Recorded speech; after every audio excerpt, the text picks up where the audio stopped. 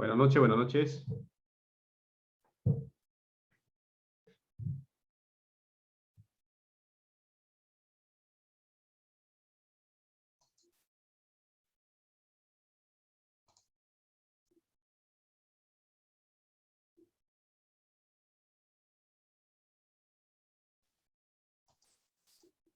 Buenas noches, profesor. ¿Cómo está? Le saluda la coordinadora académica. ¿Ya puede dar inicio?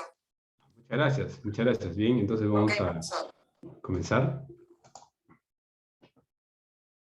Voy a compartir mi pantalla.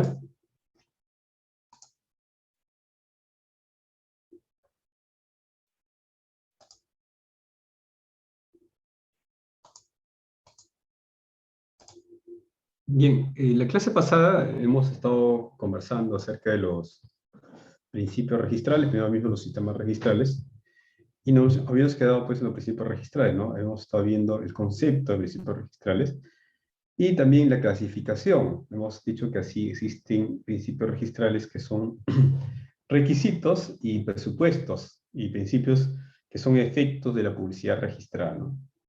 Y habíamos hablado de algunos principios como legalidad, trato sucesivo, especialidad, y también los principios registrales que son efectos de la inscripción registral, esto es, legitimación, la fe pública registral también, ¿no? Y habíamos estado desarrollando el principio de titulación auténtica o pública, y hemos dicho por qué era muy importante pues este principio, ¿no? Recuerden ustedes que le decíamos que el principio de titulación auténtica significaba pues que un título, había una presunción de que el documento era auténtico. Esto era porque era público, porque tenía además matricidad, ¿no? Habíamos desarrollado la titulación auténtica y habíamos estado conversando luego lo que es el principio de legalidad, y le habíamos explicado a ustedes cómo es que este principio de legalidad era muy importante y estaba ligado con la calificación registral, ¿no? Hemos dicho nosotros que en la calificación registral aplicábamos pues varios principios registrales, no solamente el principio de legalidad, ¿no? Y habíamos hablado que el principio de legalidad era un filtro, porque deben pasar pues los actos y contratos en forma previa a la inscripción. Y era una especie de control que desarrollaba pues una doble dirección, ¿no? El documento que accede al registro y la coherencia del documento con los adherentes registrales. Una vez que hayamos terminado lo que es el principio de legalidad, nos correspondía ver otro principio registral. Esto es lo que es el principio de rogación, y acá es hoy día donde vamos a empezar. No sé si ha habido alguna pregunta con los dos principios que vimos la clase pasada. Esto es el principio de legalidad y titulación auténtica. ¿Alguna pregunta, señores? ¿Alguna pregunta? ¿Ha quedado? ¿No hay preguntas? Bien, si no hay preguntas, vamos a desarrollar lo que es el principio de rogación. Y acá es importante señalar que el sistema registral peruano, ¿no? El sistema registral peruano, efectivamente no es obligatorio hacer la inscripción registral. En otras palabras, cabe señalar que uno puede presentar o no presentar un título, ¿no? O sea, no es obligatorio. ¿Esto qué significa? Significa que si la inscripción es voluntaria, si yo tomo conocimiento, por ejemplo, que su compañera Yajaira adquiere un mueble o adquiere un vehículo, yo no tengo de oficio como registrador por qué inscribirlo. Tengo que esperar que ella lo presente. Entonces, ese hecho que ella lo presente significa que estamos en un registro voluntario. El principio de rogación significa entonces que para poder inscribir un título tiene que haber una solicitud, una rogación. Entonces la inscripción, como es voluntaria, también en cualquier momento ustedes pueden desistirse, pueden decir ya no quiero que se inscriba y por lo tanto solicito pues el desistimiento. Ahora, este tema del desistimiento, que es muy importante, sí conviene hacer una diferenciación con lo que es la reserva, ¿ya? ¿Qué es la reserva? Miren, la reserva está vinculada cuando ustedes no quieren que inscriba un acto. Y aquí quisiera hacer una distinción. Cuando hablamos de los títulos, este título puede tener varios actos. Un título puede tener así 5 actos, 4 actos o un solo acto. Pero eso no afecta la calificación registral. Es decir, ustedes pueden pedir en un título como documento que se inscriban, pues, que se inscriban 2 actos, ¿ya? O pueden pedir que se inscriba 5 actos. Y en ese sentido pueden hacer una reserva. ¿Qué significa hacer la reserva? Significa que ustedes no quieren que se escriba ciertos actos. Imaginemos que tengo 4 compraventas. En una escritura pública hay 4 compraventas. Ustedes lo que pueden pedir es que solamente se escriba 2 compraventas sobre 2 partidas. Es posible, sí, para eso cabe pues la reserva, ¿no? Ustedes lo que van a hacer efectivamente en este caso es simplemente en el formulario van a decir qué actos no quieren que se inscriba y pueden tranquilamente pues señalar qué títulos no van a querer, qué actos no van a querer que se inscriban, ¿no? Ahora, el tema de la reserva, hay que verificar si son actos separables o no son separables. Voy a poner algunos ejemplos. Miren. Imaginemos que el título está conformado por los siguientes actos. Voy a ver acá. Imaginemos que yo tengo una escritura pública, ¿ya? Y esta escritura pública tiene estos actos. Compraventa, arrendamiento y también tiene una hipoteca, ¿ya? Si se van a reservar, por ejemplo, se van a reservar del arrendamiento y la hipoteca, ¿es posible eso? Yo puedo hacer una reserva de esos actos, es decir, solamente puedo inscribir la compra-venta. ¿Eso es posible o no? ¿Qué dicen ustedes? ¿O eso no sería posible?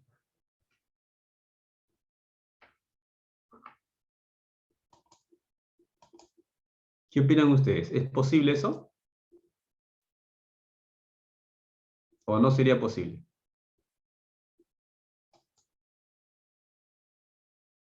¿Puede darse eso, señores, o no?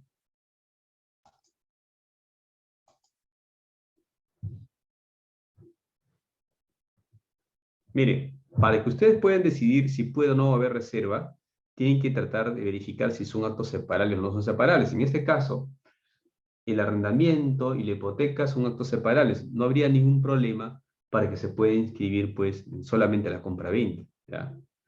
Pero, ¿qué pasaría si yo digo, quiero inscribir solamente la hipoteca y el arrendamiento? Aquí sí, aquí hay que verificar que muchas veces, alguna vez no va a ser posible eso. ¿Por qué? Miren, digamos que la compra-venta es de A favor de B, ¿ya? Y ¿quién construye arrendamiento? B construye arrendamiento a favor de C. Y además hay hay una hipoteca que B hace a favor de un acreedor hipotecario, que es D. En este caso en concreto, si no inscribo la compra-venta, no puedo inscribir el arrendamiento y mucho menos la hipoteca. ¿Han entendido este ejemplo? ¿Está claro, señores? ¿Está claro? ¿Alguna pregunta hasta aquí? No, está bien, profesor. Sí está claro, ¿no? Sí, debe haber un título previo inscrito para poder hacer cualquier observación o anotación previa, ¿no? Eso es correcto. Correcto, correcto, muy bien. Entonces, en el tema del desistimiento ocurre algo parecido, solamente que la diferencia entre el desistimiento y la reserva se da pues que la reserva se hace en el momento de la presentación del título, ¿no?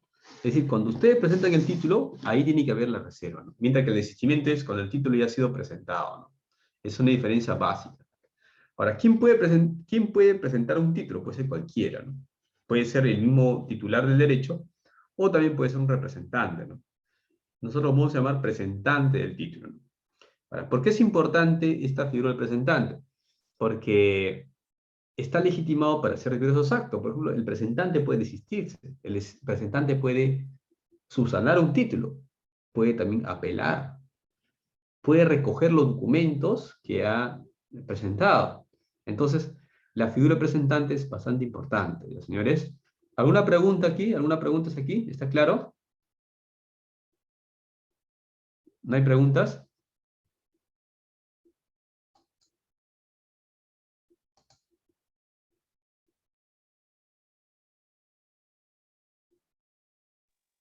Claro, profesor. Muchas gracias. Muy bien. Ahora, ¿qué más? Mire, la rogatoria dice alcanza a todos los actos inscribibles contenidos en el título, salvo reserva expresa. Esto de aquí es muy importante porque algunas veces hay una confusión, ¿ya? Si en el título que ustedes han presentado hay 10 escrituras públicas, el regidor tiene que calificar las 10 escrituras públicas. Así en el formulario ustedes no hayan indicado la cantidad de escrituras públicas, así no hayan indicado la cantidad de actos. ¿Cuándo el registrador va a limitar su calificación? Cuando ustedes hagan una reserva expresa. Entonces, bajo este principio, el registrador tiene que calificar todos los actos, ¿ya? Todos los actos, ¿ya? Entonces, la rogatoria dice alcanza todos los actos inscribibles contenidos en el título salvo reserva expresa. Reitero, si ustedes no hacen la reserva y su título ustedes tienen, por ejemplo, 1000 embargos, el registrador tiene que calificar los 1000 embargos. ¿Ah? Pero si ustedes hacen una reserva, el registrador tendrá que calificar solamente lo que corresponda. ¿Ya? Ahora, hay otro problema con lo que es la representación. Imaginemos aquí que A le dice a B que presente el título. En otras palabras, B es el representante. Pero ¿qué pasaría si hay un conflicto entre A y entre B? Por ejemplo, imaginemos que B pide la tacha del título. Pero A no quiere, A se presenta al registro y dice, no, yo quiero que el título se inscriba. ¿Quién debe prevalecer? ¿La voluntad de A, el titular de derecho, o la voluntad de B, que es el representante? ¿Cuál debe prevalecer? ¿Cuál pedido?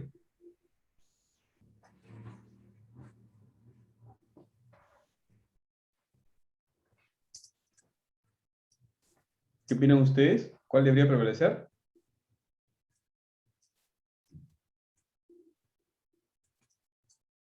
¿Ningunos?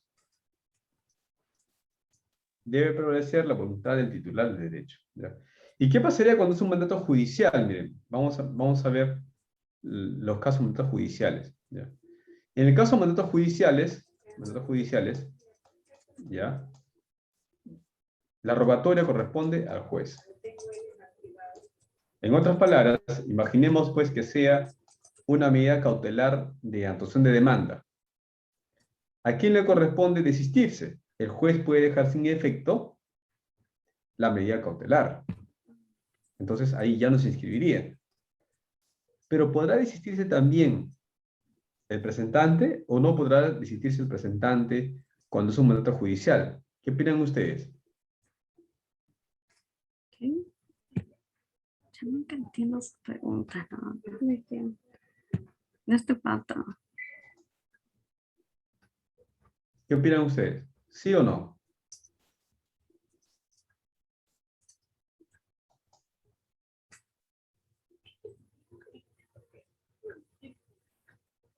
¿Ningunos?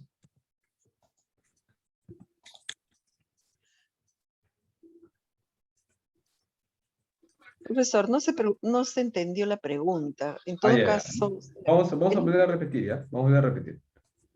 A ver, mire. Pregunta. Si es un mandato judicial, ¿ya? ¿Podrá desistirse el presentante o no podrá presentarse el presentante?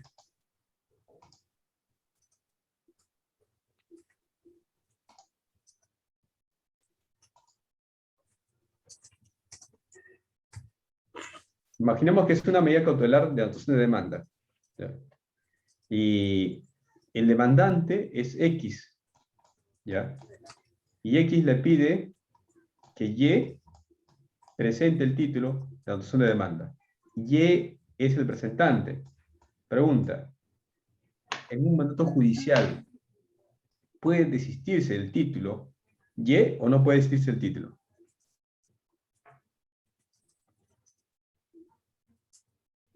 ¿Sí me entendieron?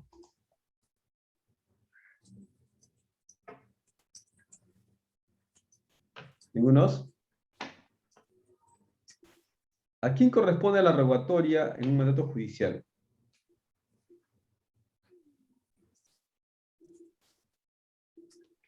La revocatoria corresponde al juez. En principio, solamente el juez debería dejar sin efecto la resolución. Entonces, en este caso, si X es el demandante y Y es el representante de X, Y no puede desistirse. ¿Y por qué? No va a llegar tan. ¿Por qué? ¿No? Porque Y simplemente es un No sé, representante. pues todavía no llega. ¿Comprende? Se van las nueve, ¿cómo sabes? Bueno, eso sí se entiende. Sí.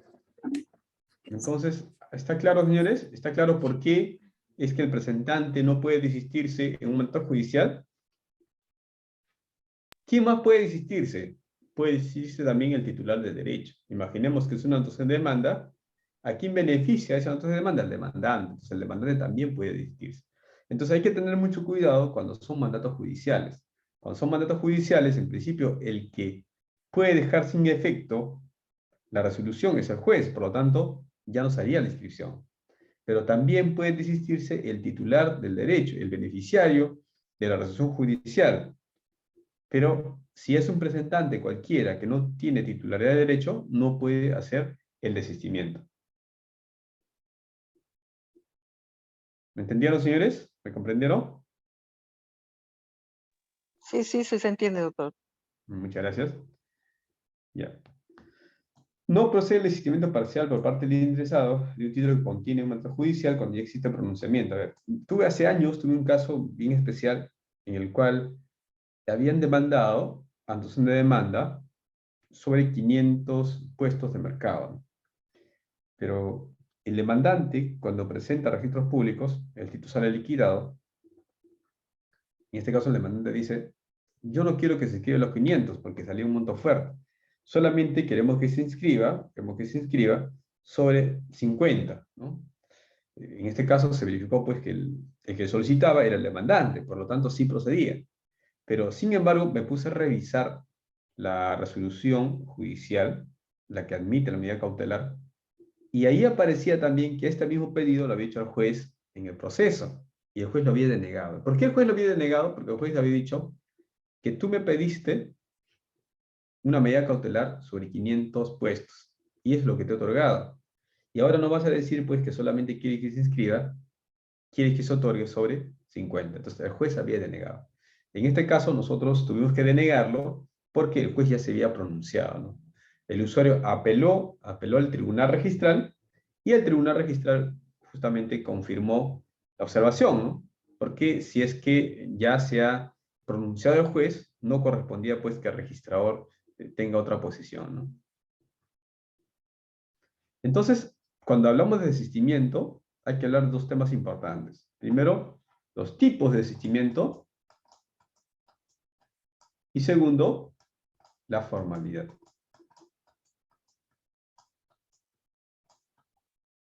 Hay que indicar que depende del tipo de desistimiento para revisar si va a continuar o no el procedimiento registral. Porque si es un desistimiento total, en esos casos termina el procedimiento registral. Reitero, ¿qué es lo que busco con un desistimiento total? Que ya no se inscribe el título. Simplemente le digo al registrador: señor registrador, me desisto totalmente del título. Ya no se escribe nada y termina el procedimiento registral. ¿Cuál es la formalidad? Es que debe presentarse la solicitud con firma legalizada ante el notario o ante el fedatario. ¿Ya? ¿Quién puede desistirse? Reitero, el presentante del título o el titular de derecho.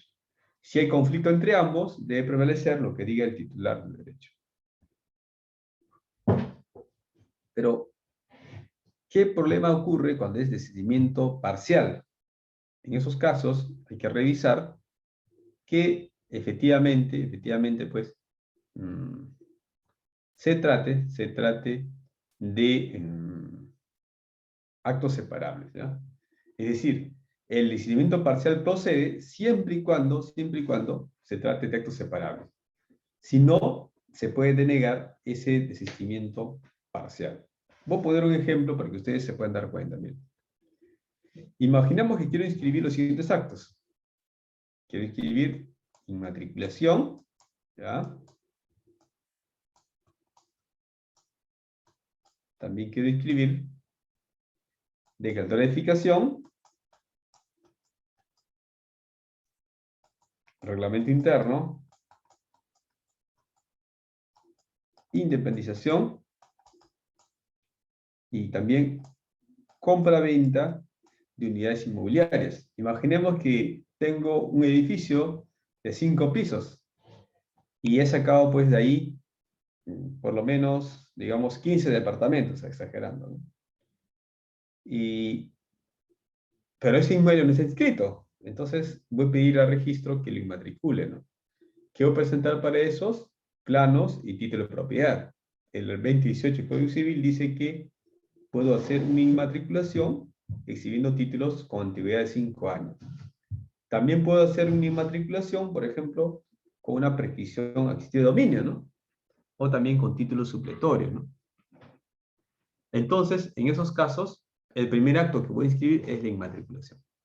Toda inmatriculación necesita, reitero, título de propiedad más planos y serán derivados al área de catastro. Y luego pido también que se inscriba la declaratoria de edificación. La declaratoria de edificación viene a ser el reconocimiento legal de una edificación. Pido que se inscriba el reglamento interno. Esto es un estatuto que va a regular los derechos y obligaciones de los propietarios. Recuerden ustedes que en un régimen de propiedad exclusiva o propiedad común tienen pues los propietarios derechos exclusivos y derechos comunes. Cuando usted vive en un edificio tiene dos derechos. Un derecho sobre su departamento que es exclusivo y un derecho común sobre las zonas comunes, escaleras, por ejemplo, ascensores. Y finalmente piden también la independización de las unidades y las compra-ventas. Están vendiendo a terceros, ¿no? ¿Y qué pasaría si yo quiero que se inscriba, ¿ya? Declaratoria de edificación, reglamento interno, independización y compra-venta, y me desisto de la inmatriculación? ¿Procederá ese desistimiento parcial, sí o no? ¿Qué opinan ustedes? No. No procede, efectivamente, porque yo no puedo inscribir la declaratoria de edificación si previamente el predio no está inscrito. Necesito que el predio esté inmatriculado y luego ya poder inscribir la declaratoria de edificación, el reglamento interno, la independización y la compra-venta. ¿Qué puedo desistirme? De la compra-venta. Puedo desistirme del reglamento interno, la independización también. Pero no puedo desistirme de la inmatriculación porque si me desisto de la inmatriculación ya no se puede inscribir ninguno de los demás. ¿Ya? ¿Está claro, señores? ¿Está claro? Sí, En cualquier doctor. momento. Sí, por favor, por favor. Te escucho. Sí, todo claro, doctor. Muchas gracias. Bien, ahora vamos a hablar de la publicidad registral, ¿ya? La publicidad registral, miren, algunos discuten si es o no un principio registral, ¿ya? Le voy a explicar qué ocurre.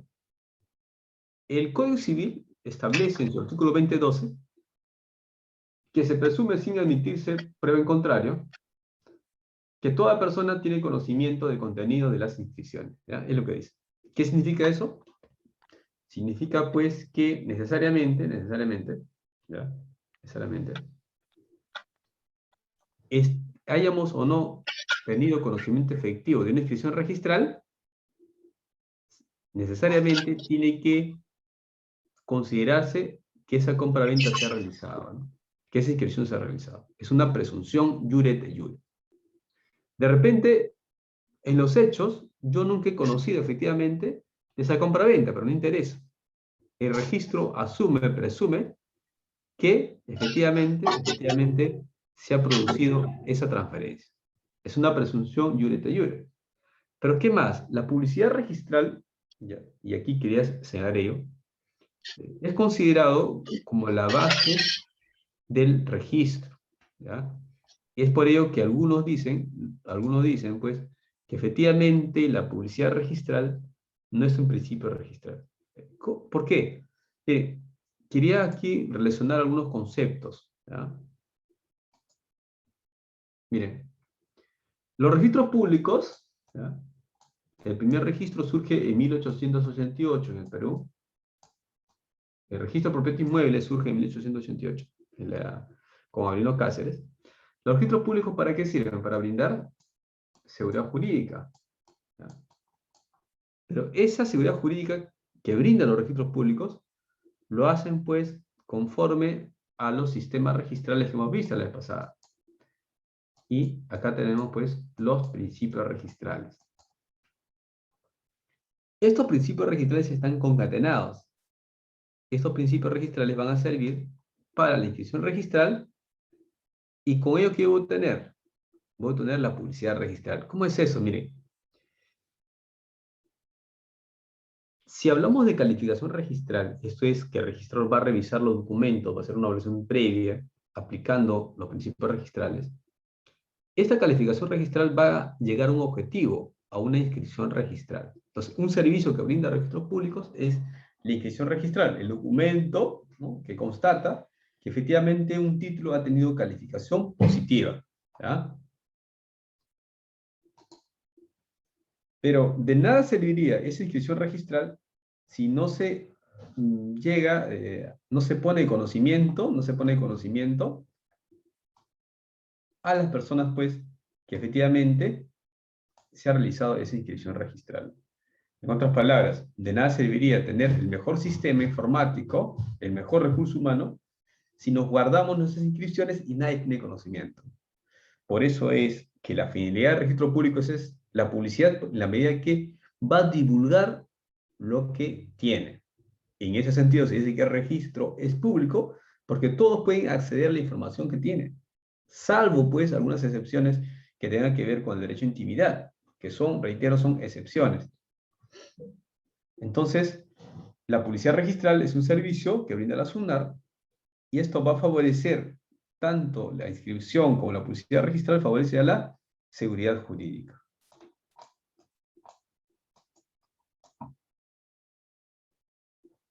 El Código Civil, reitero, plantea una presunción iure te iure, ¿ya? Y aquí cabe hablar, pues, de una diferencia entre la publicidad en sentido lato, que es muy importante, el conocimiento externalizado, y efectivamente a los destinatarios, mientras que la publicidad registral en sentido material tan solo busca que estos tengan la posibilidad de conocer. Esta posibilidad de conocer se denomina, pues, cognoscibilidad general, y viene a ser el efecto fundamental de la publicidad jurídica registral. Entonces, ¿qué es la cognoscibilidad general? Es la posibilidad de conocimiento. En consecuencia de la publicidad registral, los terceros no pueden alegar desconocimiento. Imaginemos que Jessica constituye una hipoteca, ¿ya? Nadie va a poder negar que existe una hipoteca. Esto es, una vez que esté inscrito, se supone que todos nosotros lo conocemos. Alguien dirá, pero yo no he tenido conocimiento efectivo. Sí, pero has tenido la posibilidad de conocer. Entonces, en consecuencia de este principio, los terceros no pueden alegar desconocimiento o ignorancia, porque siempre tuvieron la posibilidad de conocer y saber. Al revés, aquello que no esté publicado no debe perjudicarlos ni oponérselos por cuanto nunca estuvieron en posibilidad de conocer. La publicidad jurídica es la exteriorización sostenida e ininterrumpida de determinadas situaciones jurídicas que organiza e instrumenta el Estado a través de un órgano operativo, tanto para producir conocimiento general respecto a terceros, con el fin pues de tutelar los derechos y seguridad en el tráfico de los mismos. ¿Cuál es el fin de la publicidad jurídica? Es otorgar una completa seguridad jurídica, tanto la seguridad jurídica estática como la seguridad jurídica dinámica. Vamos a ver estas características de la publicidad registral. Francisco Hernández Gil nos dice que la publicidad registral es un sistema de divulgación encaminado a hacer cognoscible determinadas situaciones jurídicas para la tutela de los derechos y la seguridad del tráfico. Esta publicidad legal es un servicio del Estado, una función pública ejercida en interés de los particulares.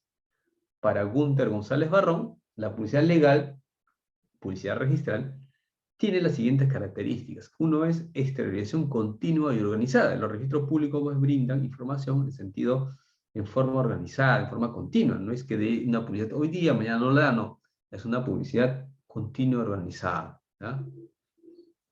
Además, cabe señalar que existe cognoscibilidad legal, ¿no?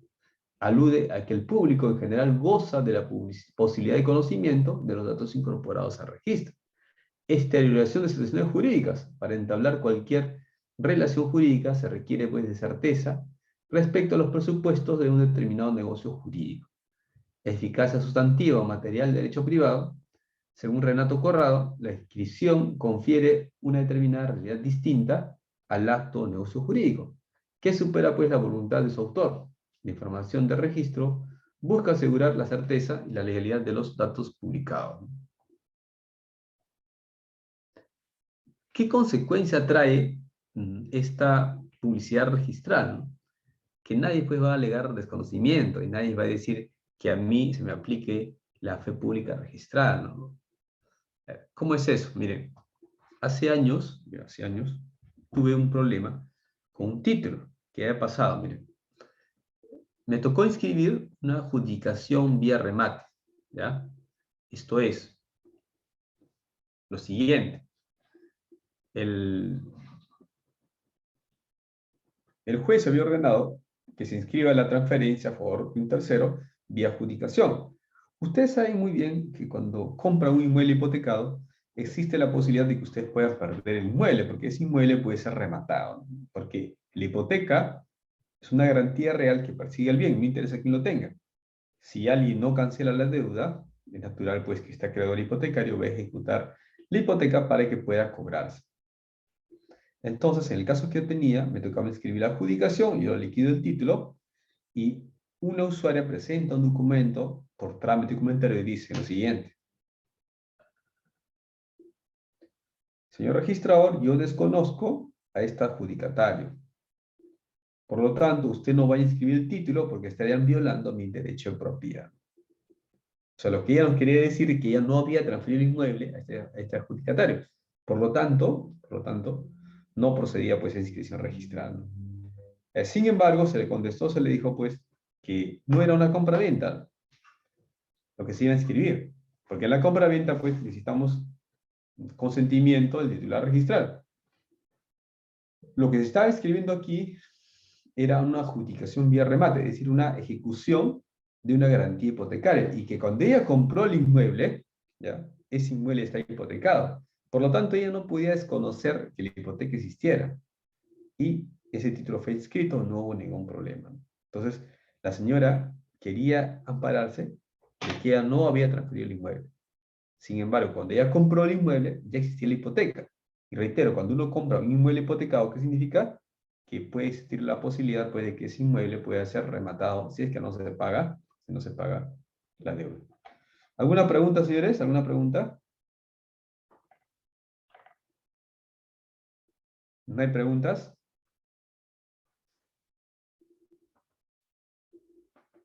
Muy bien. Como no hay preguntas, sigamos.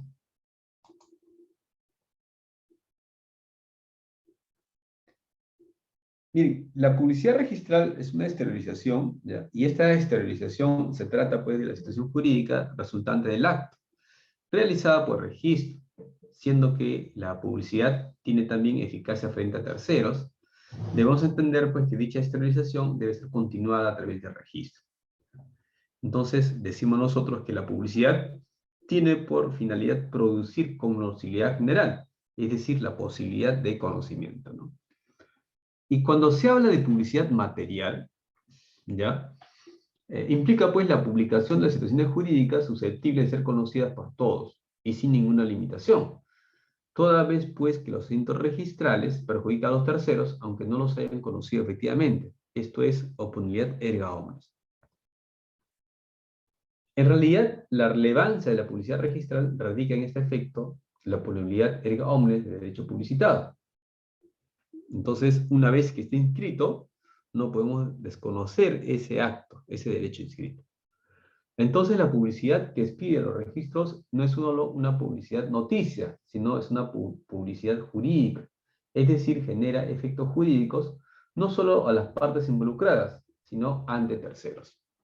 Muy bien. ¿Alguna pregunta aquí, señores? ¿Alguna pregunta? ¿No hay preguntas?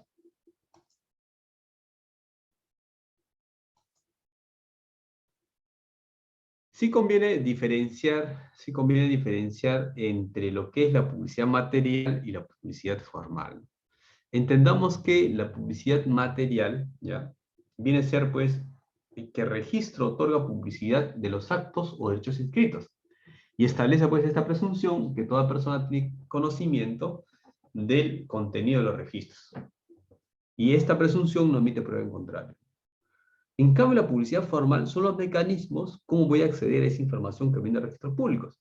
Esto es, puede haber acá, por ejemplo, manifestaciones, copia de títulos archivados, copia de las partidas registrales, copias literales, certificados compendiosos. Entonces, hay diversas formas como una persona puede acceder al registro.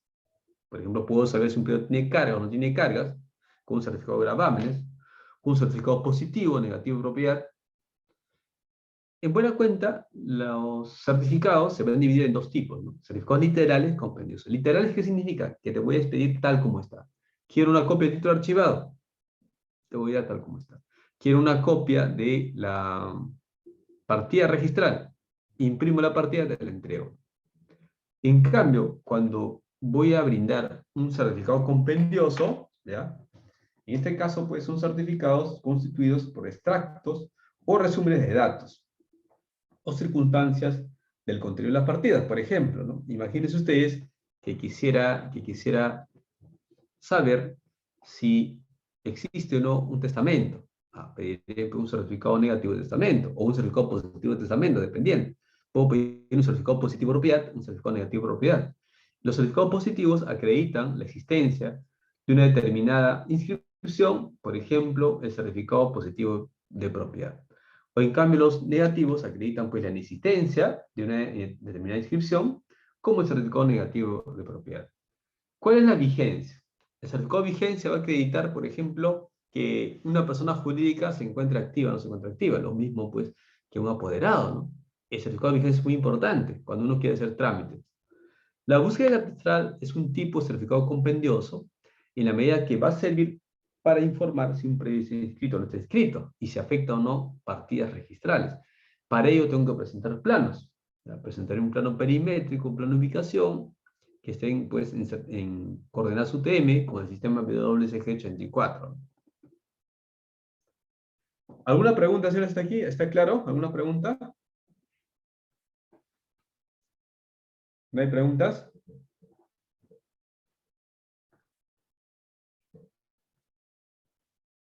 Bien. El plazo de la expedición de publicidad debería ser 3 días, ¿ya?, salvo causa justificada, pues, que requiera autorización para un mayor plazo, ¿no? Si se retarda o niega un certificado, podemos interponer, pues, una queja, ¿no?, independientemente si el certificado es expedido o no. Las personas que piden certificaciones, ¿ya?, pues, pueden generar responsabilidad civil, penal o administrativa. ¿Cuándo? Imaginemos que una persona ya había vencido su mandato. Sin embargo, aparece, pues, que en un certificado de vigencia, que esa persona todavía tiene poder, todavía tiene facultades de representación. Entonces, aquí asumiría, pues, responsabilidad, justamente, este abogado certificado puede pedir una información falsa. Otro tema importante son las presunciones de exactitud, y acá podemos decir, pues, que hay una relativa y una absoluta. Cuando es relativa, diríamos legitimación registral; cuando es absoluta, la fe pública registral. Recuerden ustedes que la presunción relativa es juris tantum, porque se presume cierto el contenido de las inscripciones. En cambio, en la fe pública registral, se protege al tercero adquirente de buena fe y a título oneroso que se basa en el registro. ¿Cuáles son los fines de la publicidad? Primero, que el registro es el medio para lograr la publicidad de las relaciones inmobiliarias y con ello alcanzar la deseada seguridad jurídica, ¿no? Tiene una doble finalidad: una seguridad estática y una seguridad dinámica. Esto es, hay seguridad del derecho subjetivo inscrito y seguridad del tráfico jurídico inmobiliario. Va a ser completa porque aquí hay un tema de principio de legitimación y también el principio de fe pública registral, ¿no? ¿Qué significa principio de legitimación?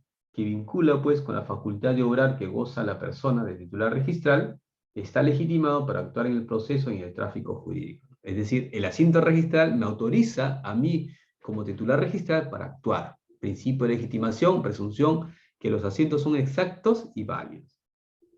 Hay una exactitud de registro, salvo prueba en contrario. En cambio, la fe pública registral es a favor del adquirente de buena fe y tiene que reunir ciertos requisitos. Esto es, adquirir a título oneroso, inscribir su derecho y adquirir de alguien pues que aparezca con derecho inscrito.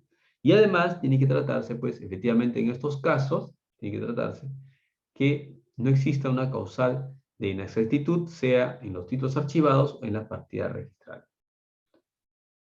García habla de apariencias. Con el tema de publicidad dice, no se puede hablar de apariencias, puesto que la publicidad registral se apoya en actos, negocios jurídicos, realizados en forma pública y solemne. En cambio, Chico Ortiz dice, la inscripción crea una apariencia formal, que es mantenida en la doble vertiente de legitimación y la fe pública.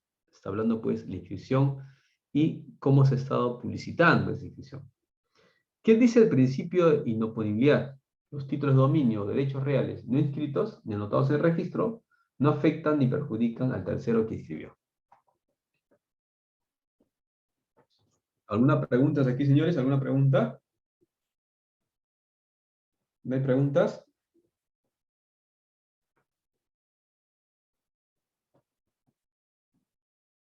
Ya, bien. Ahora conviene hablar acerca del principio de legitimación, ¿ya? Este artículo 23 del Código Civil ha sido modificado, ¿no?, por la Ley 333. Este principio también se conoce como credibilidad general del asiento, ¿no? ¿Qué dice el Código Civil?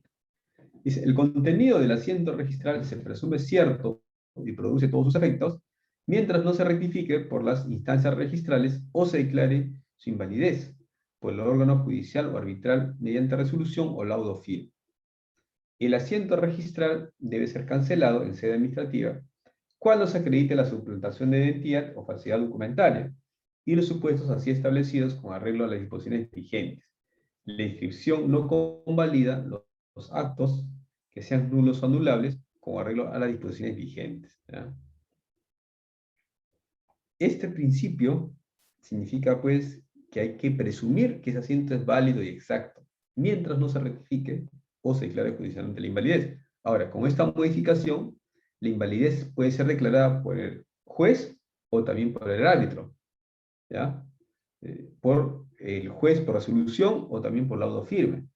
Ahora, también señala esta modificación al Código Civil que el asiento registral debe ser cancelado en sede administrativa. ¿En qué casos? Cuando hubiera falsificación documentaria o suplantación de identidad, ¿no? La inscripción no convalida los actos que sean nulos o anulables con arreglo a las disposiciones vigentes. ¿Qué significa eso? Que la inscripción registral en el Perú no es convalidante. Esto es, si hay un error en la escritura pública, ¿ya?, ese dato, y luego se declara nulidad, así está inscrito, se puede cancelar, ¿ya? Eso es importante. Y otra consecuencia más es que si alguien niega la consecuencia de la inexactitud, tiene que asumir la carga de la prueba, ¿no?, siendo que el titular registral goza de protección general liberándose del onus probando, ¿no? Por ejemplo, si aparece en la partida registral que el inmueble es de propiedad de Carlos Eduardo, hay que creer eso. Si alguien niega y dice, no es de Carlos Eduardo su propiedad, tiene que probarlo, tiene que acreditarlo. El principio de legitimación se puede definir como una presunción general de exactitud o integridad de registro. Los asientos de registro, en cuanto se refieren a los derechos inscribibles, producen todos sus efectos mientras no se declare su inexactitud, encontrándose bajo la salvaguardia de los tribunales. Para todos los efectos legales, se presume pues que los derechos reales inscritos en el registro existen y pertenecen a su titular. En otras palabras, yo tengo que considerar pues al que aparece como en el registro. Si Juan Pérez aparece como propietario, a él tengo que considerar como propietario.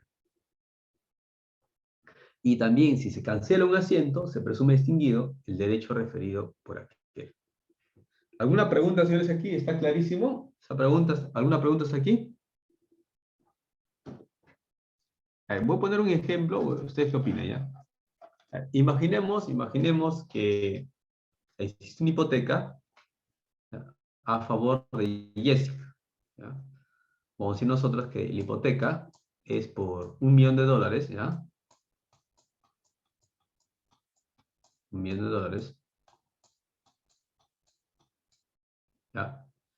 Y Jessica, pues, es la acreedora hipotecaria. Y la deudora, vamos a decir que es Ada, ¿eh?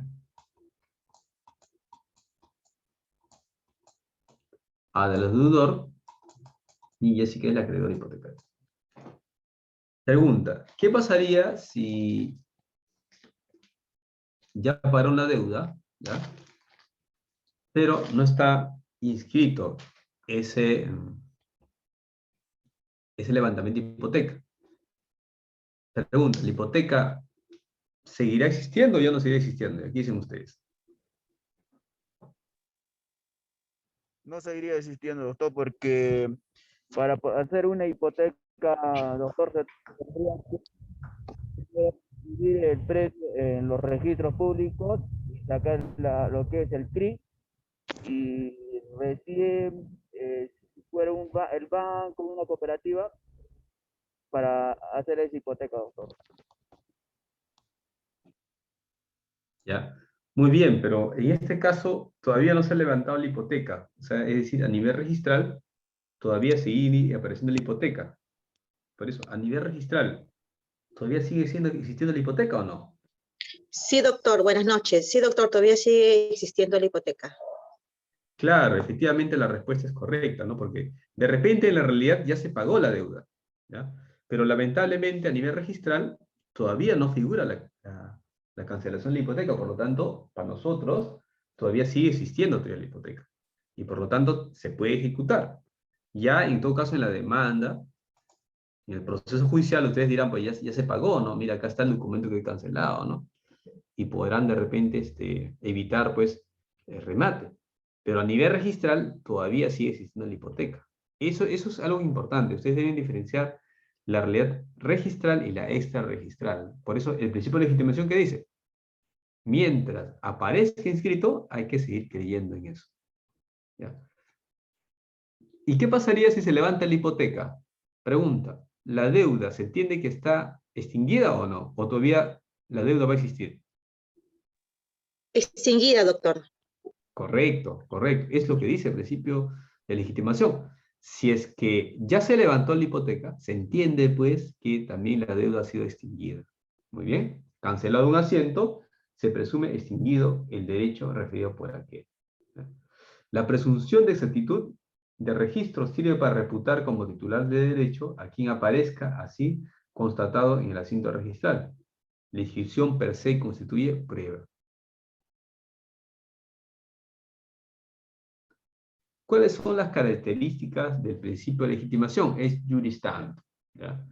Juris tantum, toda vez que pueda admitir prueba en contrario, ¿ya? De ejemplo, miren, mi apellido es Huerta, ¿no? Pero la mayoría me dice Huertas, ¿no? O sea, mis alumnos en Huertas, ¿no? Entonces, puede ser pues que el registrador se equivoca y pone en la partida con Oscar Huertas, ¿no? Eso está legitimado, se presume exacto, pero yo le puedo decir al registrador, señor registrador, rectifique usted conforme al título archivado. Una vez que se haga la rectificación, ya se ha demostrado, ¿no?, en realidad, que mi nombre real es Oscar Huerta. Entonces, el principio de legitimación en este caso es juris tantum. Admite prueba en contrario. Yo puedo demostrar que estaba equivocado el asiento registral y se ha rectificado. ¿Correcto? Es una presunción de derecho, en tanto que la circunstancia de la inscripción hace reputar al titular como propietario, lo cual implica anudarle pues una consecuencia jurídica, ¿no? ¿Cuáles son los alcances de este principio de legitimación? Hay una presunción de exactitud objetiva respecto a la existencia del título inscrito y del cual pues se deriva el derecho publicado. Hay una presunción de exactitud respecto a la titularidad o pertenencia al derecho subjetiva, es decir, el derecho emanado del título le corresponde a aquella persona consignada como su titular. ¿Ah? ¿Cuáles son las consecuencias jurídicas de la presunción de exactitud? Una consecuencia sustantiva, se presume pues que el titular registral es el verdadero titular en el tráfico jurídico, y ha de ser tenido en cuenta como tal mientras no se pruebe lo contrario. Consecuencias procesales. El titular registral como demandante, esto es, hay una presunción de que este es el titular del derecho constatado en el registro. Ejemplo, en los procesos de ejecución de garantía hipotecaria, procesos de desalojo, procesos de deslinde, procesos indemnizatorios por daños de inmueble. Entonces, hay que considerar también al titular registral como demandante. Y también el titular registral como demandado. Toda demanda que afecte a una finca debe dirigirse pues contra el titular registral. Ejemplos: accesión, daños causados por las cosas, prescripción. La prueba contra el titular registral debe ser fehaciente. En otras palabras, si yo quiero apoderarme de un bien que esté inscrito a nombre de X, tenemos que notificar a X, porque él va a ser considerado X como un titular registral. Y hay que demandarlo él. El titular registral como tercero, en caso de suspensión de embargo, sin tercería, se requiere título inscrito. Cuando el titular registral no es parte de un proceso cautelar de ejecución, y a pesar de ello se pretenda afectar un bien suyo a través del embargo, tercería de propiedad, tercería de pago. ¿Cómo destruyo esta presunción de exactitud? Se va a destruir pues, con la declaración judicial de nulidad, la rectificación del asiento de acuerdo a los instrumentos establecidos, y puede haber clases de nulidades, ¿no? Nulidades establecidas en el Código Civil, visos recayentes sobre el futuro del negocio jurídico, que terminan pues su validez, ¿no? Afecta al acto jurídico, nulidad material de fondo, ¿no? Pero también puede haber nulidad producida por no reunir requisitos esenciales. Por ejemplo, el artículo 95-96 del Reglamento General, podemos cancelar un asiento. Imaginemos que se ha inscrito un asiento, ¿ya?, en una partida, y en base a un título tachado. Entonces, en esos casos, podemos cancelar el asiento. O de repente hemos inscrito un acto cuando no estaba en el título, también podemos cancelar el asiento. Eso está regulado en los artículos 95-96 del Reglamento General. Las nulidades producidas por asientos redactados con tal inexactitud que un tercero puede ser inducido a error, ¿no? ¿Quién declara nulidad?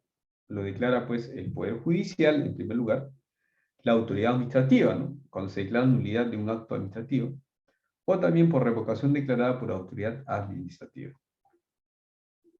¿Alguna pregunta, señor, hasta aquí? ¿Alguna pregunta? ¿Alguna pregunta, por favor? ¿No hay preguntas? Todo está claro, doctor, bien. Muchas gracias. Ahora, quisiera saber cuántos de ustedes han escuchado de el principio de fe pública registral. ¿Algunos han escuchado lo que fue fe pública registral, señores? ¿Ningunos? No, no, doctor. Muy bien.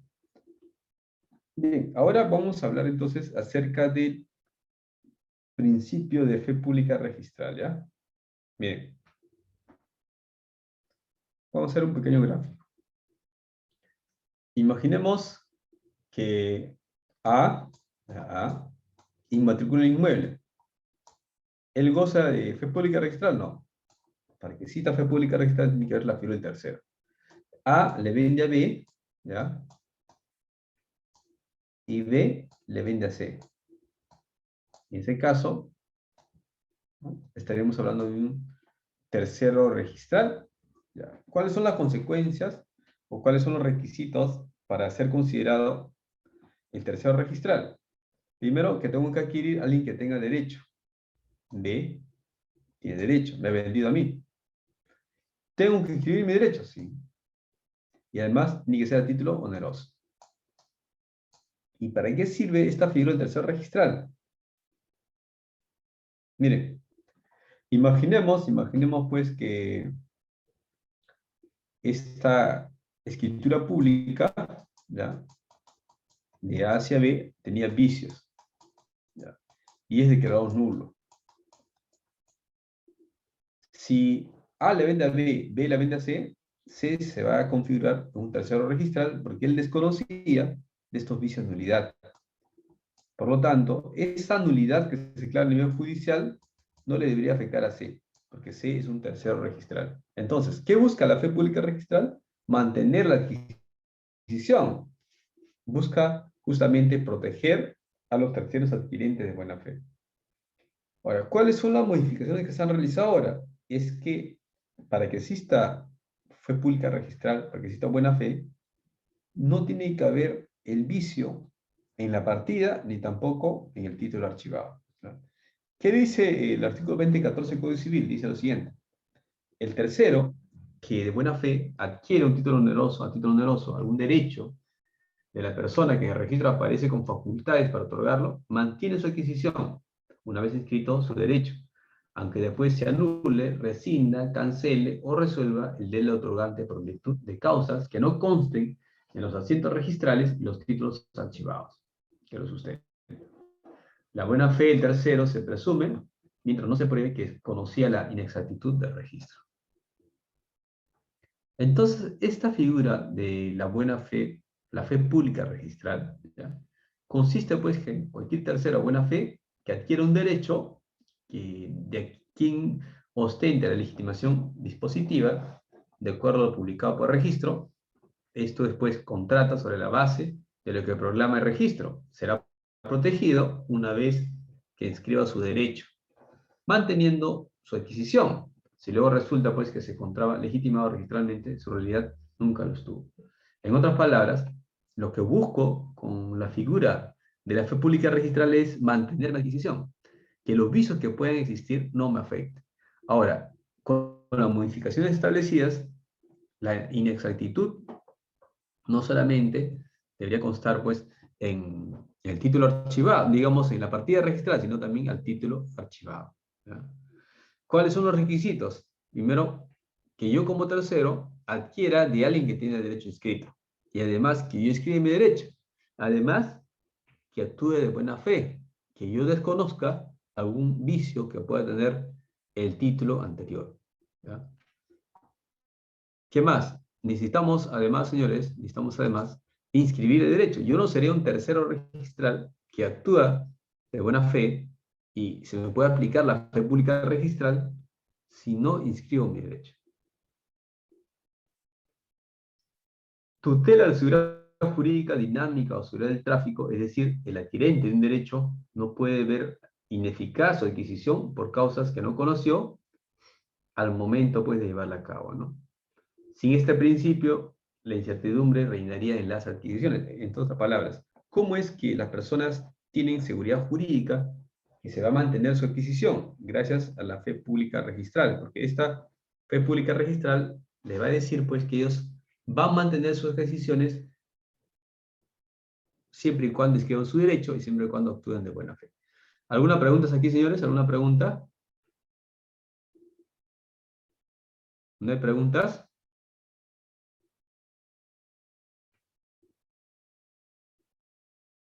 ¿Ningunos? Doctor, disculpe, que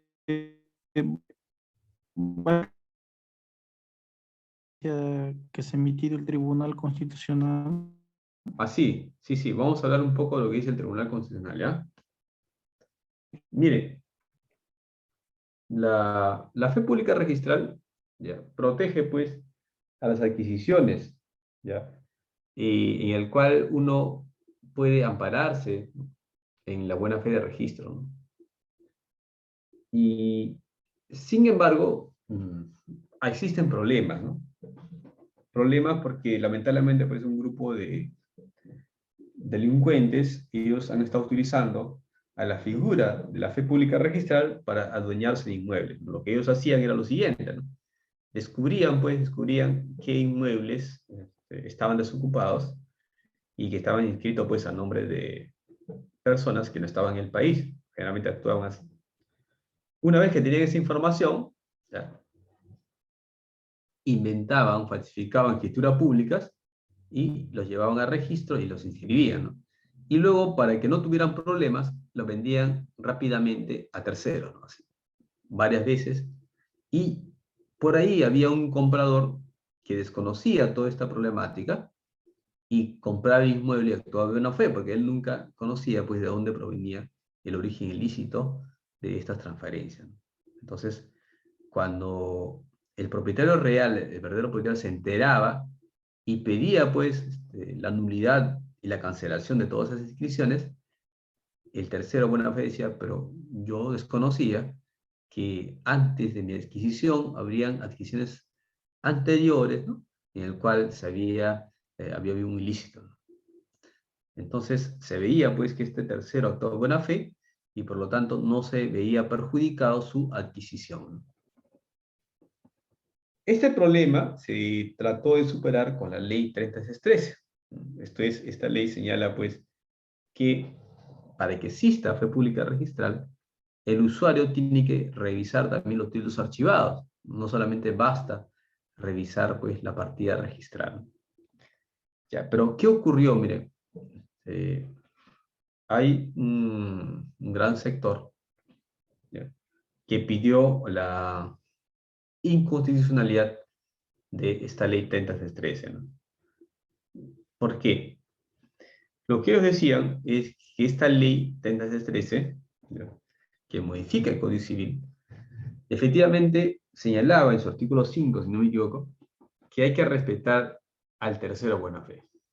Es decir, esta ley 3613 regula dos supuestos: la oposición, ¿ya?, a una inscripción, una oposición legitimada, esto es cualificada, cualquiera no se puede poner la inscripción del título, tiene que ser un notario, o un juez, o un funcionario administrativo, es decir, el que expidió el título, ¿no?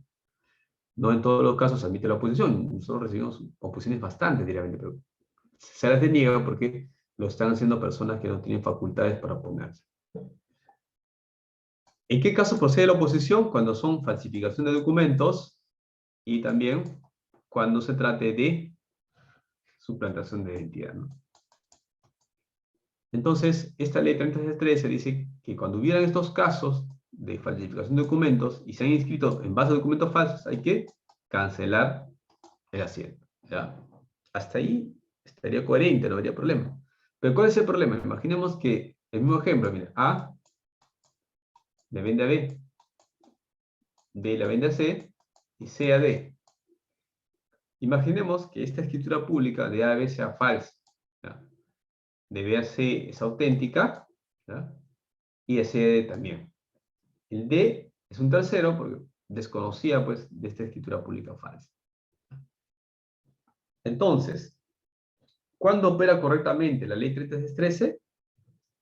Cuando A la vende B, el propietario se da cuenta de esta escritura pública falsa o suplantación de identidad y pide la cancelación.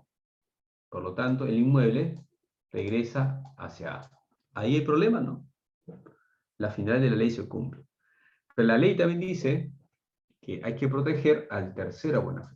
En este caso, D desconocía de estas escrituras públicas falsas y él adquiere de C. Y C está inscrito su derecho. Por lo tanto, lo que dice esta ley, que si ya se produjo la cadena de transferencias y nos encontramos ante un tercero que actuó de buena fe, no se puede cancelar en vía administrativa. Es lo que dice en buena cuenta. ¿Qué dice el Tribunal Constitucional? Porque, reitero, esa ley se solicitó pues que se declare la inconstitucionalidad porque se dijo pues que se estaba afectando el derecho a propiedad. Entonces el Tribunal Constitucional lo que hace es imponer ciertas obligaciones al propietario y también al adquirente, ¿no? Exige pues que ambos actúen con deberes de diligencia. En este caso, el propietario tendría que haber inscrito, dice, en una alerta registral, ¿no? Y el adquirente señala pues que justamente este adquirente tiene que también actuar con labores de diligencia, ¿no? ¿Cuál es la crítica que se le hace a esa sentencia del Tribunal Constitucional?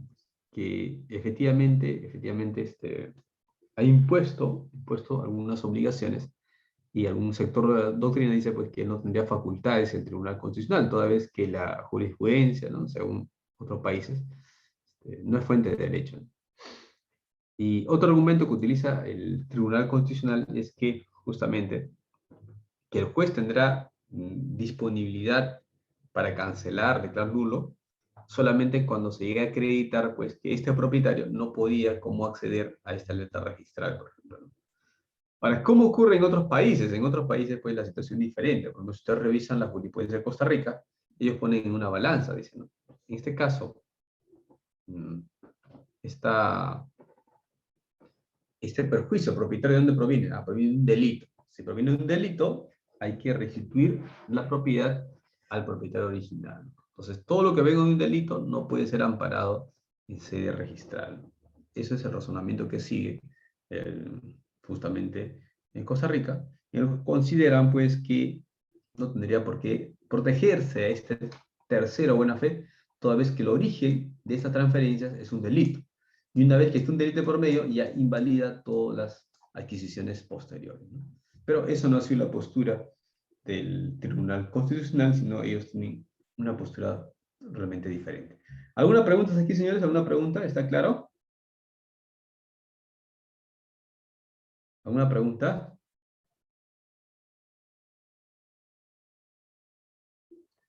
Bien, ¿cuáles son los requisitos entonces para la fe pública registral? Requisito será pues adquirir de quienes aparece en el registro, ¿no? Con facultades para otorgar el derecho, ¿no?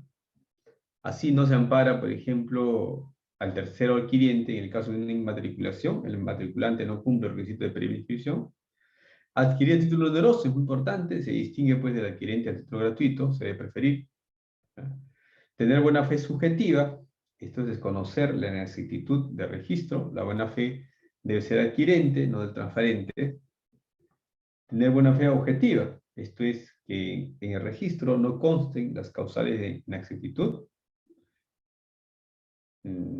Inscribir el derecho adquirido, esto es el hecho que le asigna su calidad de tercero registral y le permite ser mantenido en la adquisición. Entonces, si este tercero registral no inscribe su derecho, no tendría esta protección que señala pues, el 2014 del Código Civil. Bien, ahora sí, correspondería conversar un poco acerca del tracto sucesivo. ¿Qué es el tracto sucesivo?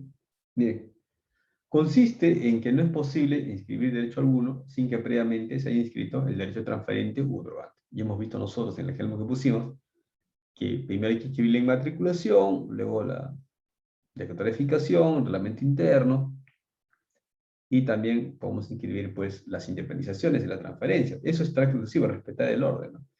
Imaginemos que en el registro aparece como propietario Z, ¿ya? Pero a mí no me ha vendido Z, a mí me ha vendido Y. ¿Podría inscribirse? No, porque no cumple el trato sucesivo. En todo caso, tendrá que adjuntar un documento, una escritura pública, un parte notarial en el cual Z le vende a Y. Y Y le vende pues a X. ¿Es posible? Sí, no habría problema. Entonces, ¿el trato sucesivo qué significa? Significa pues que no es posible inscribir derecho alguno sin que previamente se haya inscrito el derecho del transferente u otorgante, salvo que se trate de una primera dominio. Supone la necesaria concatenación o concordancia entre los derechos inscritos, o entre el derecho a inscribirse y el derecho que ya consta inscrito en el registro. Hay una adecuación del título con los asientos registrales, es fundamental pues para determinar el orden en que deben practicarse las inscripciones. En ese sentido, decimos que es un encadenamiento sucesivo simultáneo de los títulos inscribibles, sobre la base de la previa simultánea inscripción del título adquirente. Este defecto de trato sucesivo es un defecto subsanable. Por lo tanto, aquí no procedería pues la tacha del título, ¿no? Simplemente una observación para que te puedan subsanar, ¿no? ¿Cuáles son los elementos de trato sucesivo? Identidad entre la persona que otorga el acto dispositivo y la que figura como el titular del derecho. Objeto. Coincidencia en la descripción del bien entre lo que dice la partida y el documento. Oportunidad. Previa inscripción que debe existir en el momento de practicarse el asiento respectivo y no en el formalizarse el documento, pero debe tener el derecho. Entonces, para que se cumpla el trato sucesivo hay que también cumplir estos requisitos, el sujeto o objeto y la oportunidad. O sea, se parte del principio que yo no puedo inscribir un derecho sin que previamente esté el derecho anterior. Si yo voy a inscribir la compra-venta de Jessica Cipriani, tendrá que estar inscrito previamente la titularidad de Jessica. Eso es en buena cuenta lo que nos dice. ¿Alguna pregunta aquí, señores? ¿Alguna pregunta? ¿No hay preguntas?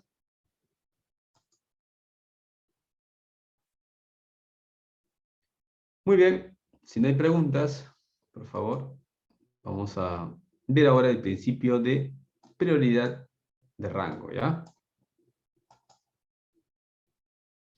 Miren, el 2016 del Código Civil nos dice que la prioridad en el tiempo de la inscripción determina la preferencia de los derechos que otorga el registro. ¿Qué significa ello?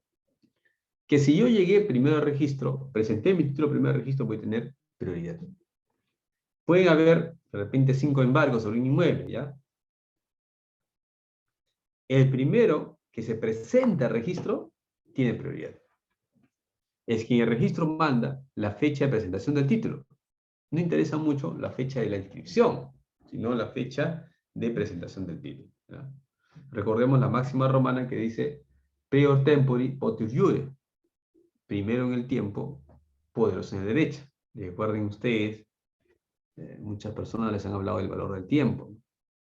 Por ejemplo, yo tenía un profesor que ya falleció, el doctor Carlos Fernández de Sarego. Él decía que el tiempo es muy valioso en el derecho.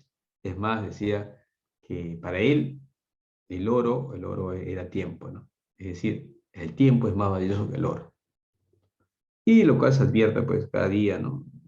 El tiempo en el mundo jurídico es básico, es relevante. Debe considerarse la fecha de la cinta de presentación del título y no de la fecha de la inscripción, reitero. Determina que el título que ingresa en primer orden al registro obtiene la protección registral con preferencia a los que pueden ingresar después. Excepciones. El caso de cesión de rango de hipoteca o renuncia a hipoteca legal, ¿no? Por ejemplo, imagínense que Ada tiene una hipoteca como primer rango, porque ella adquirió primero. Y Carlos Eduardo tiene una cuarta hipoteca. Ella puede decirle a Ada que, por favor, necesita hacer una cesión de rango hipotecario. ¿Es posible? Sí, es posible.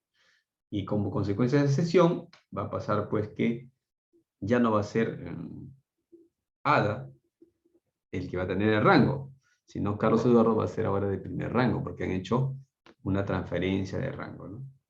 Muy bien. ¿Alguna pregunta, señores, hasta aquí? ¿Está claro? ¿Alguna pregunta? ¿No hay preguntas? ¿Algunos de ustedes han escuchado del principio de especialidad? ¿Alguna pregunta? ¿Nadie se ha escuchado del principio de especialidad? ¿A qué se refiere? Mire, el principio de especialidad se refiere... No, doctor, no. Muy bien. El principio de especialidad se refiere que por cada bien o persona jurídica se abre una partida registral independiente, ¿ya? En donde se extenderá la primera inscripción de aquellas, así como los actos o derechos posteriores relativos a cada uno. Entonces quiere decir que cada registro tiene una técnica para abrir partidas. Si es propiedad inmueble, será pues folio real, ¿no? Por cada inmueble, por cada predio, abro una partida registral. Si fuera un registro de personas jurídicas, el folio será personal. Por cada persona jurídica, abro una partida registral. Si es un folio causal, será pues, por ejemplo, el registro de mandatos. Por cada mandato, abro una partida registral. Entonces, si es naturales, por cada persona natural, abriré una partida registral.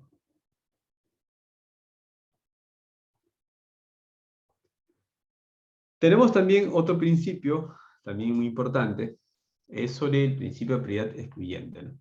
¿Qué dice este principio, señores? Este principio nos señala, pues, que efectivamente, una vez que se inscribe un título, ¿ya? Esa protección que da el título va a servir para que no se inscriba un título incompatible, así sea de fecha anterior. A ver, imaginemos, señores, que... Imaginemos que Carlos Eduardo, ¿ya? Está embargando el inmueble de Jessica, ¿ya? Porque hay una deuda pendiente. Pero ¿qué pasó? Jessica se enteró que iba a haber un embargo y vendió el inmueble a favor de Cipriano. Es decir, antes que llegue el embargo, ya se vendió el inmueble a un tercero y ya se inscribió. Pregunta, si hay un cambio de titularidad, ¿procederá la inscripción del embargo o no procederá la inscripción del embargo? ¿Qué dicen ustedes? Sí, doctor, porque el que compró tenía conocimiento en la partida, en el asiento que había una hipoteca. Ya, pero en este caso no es hipoteca, ¿no? Es un embargo, ¿no? Es decir, en este Buenas caso, noches, para mí no sí, procede porque ya ha sido vendido, ya cambió la titularidad y el nuevo adquirente del título no tiene ninguna deuda con la otra persona. correcto, sí, eso es correcto. Efectivamente, ¿no? En estos casos no procede el embargo porque el 656 del Código Procesal Civil dice claramente eso, ¿no?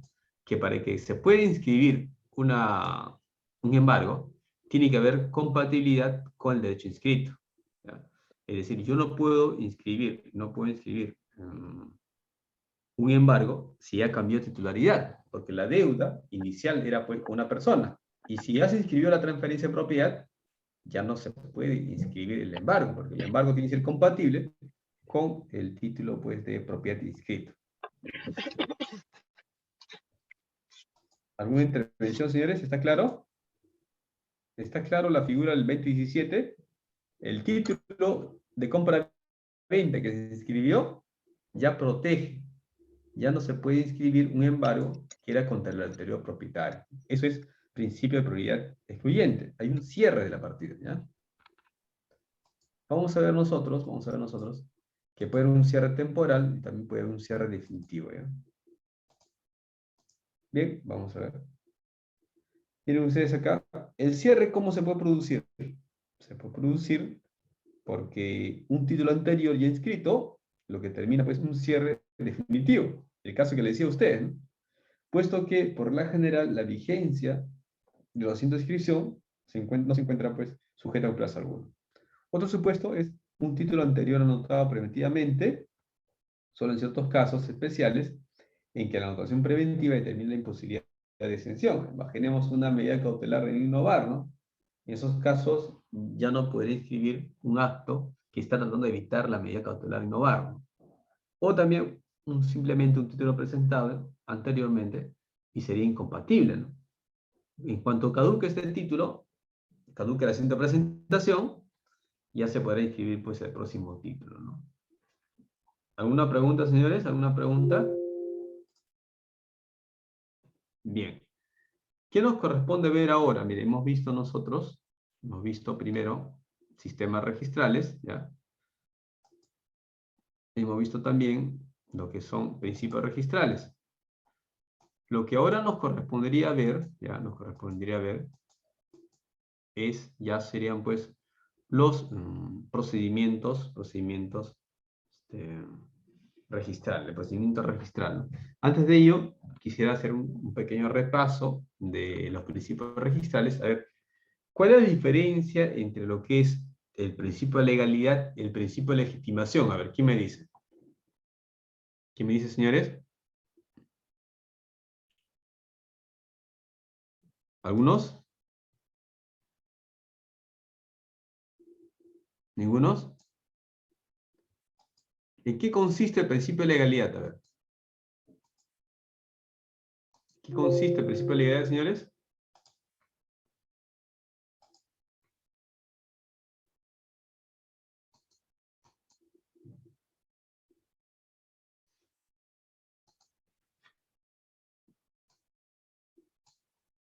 ¿En qué consiste el principio de legalidad? A ver, ¿quién me dice?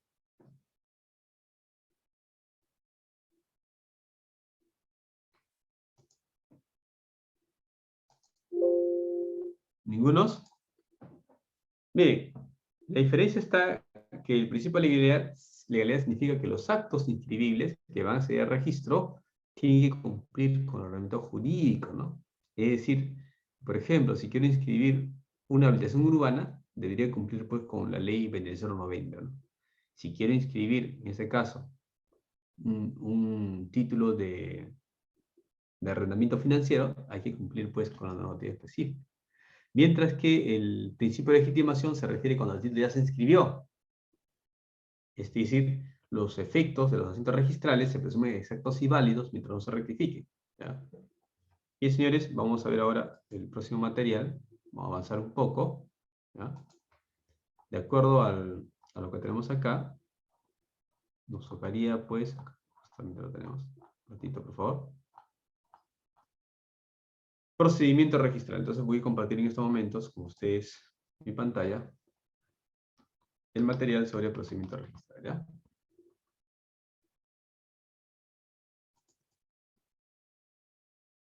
Esperemos en un momento, por favor.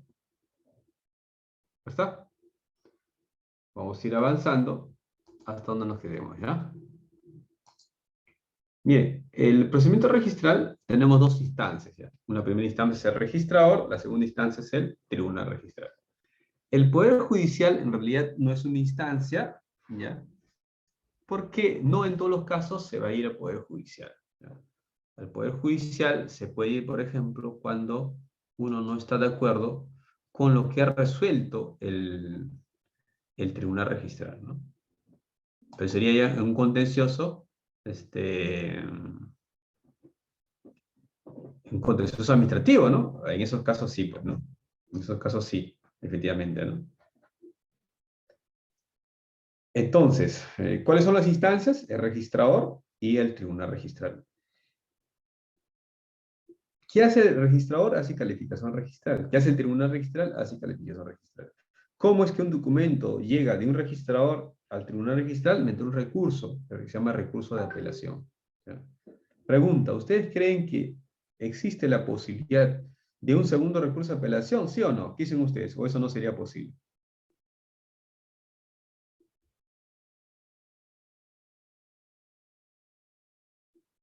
¿Puede haber un segundo recurso de apelación, señores, o no?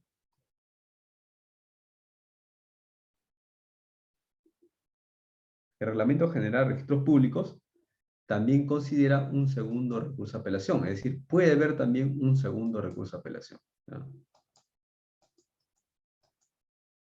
Bien, vamos entonces, señores. ¿Cuál es la naturaleza del procedimiento registral? Miren. Existe una discusión de la naturaleza jurídica del procedimiento registral.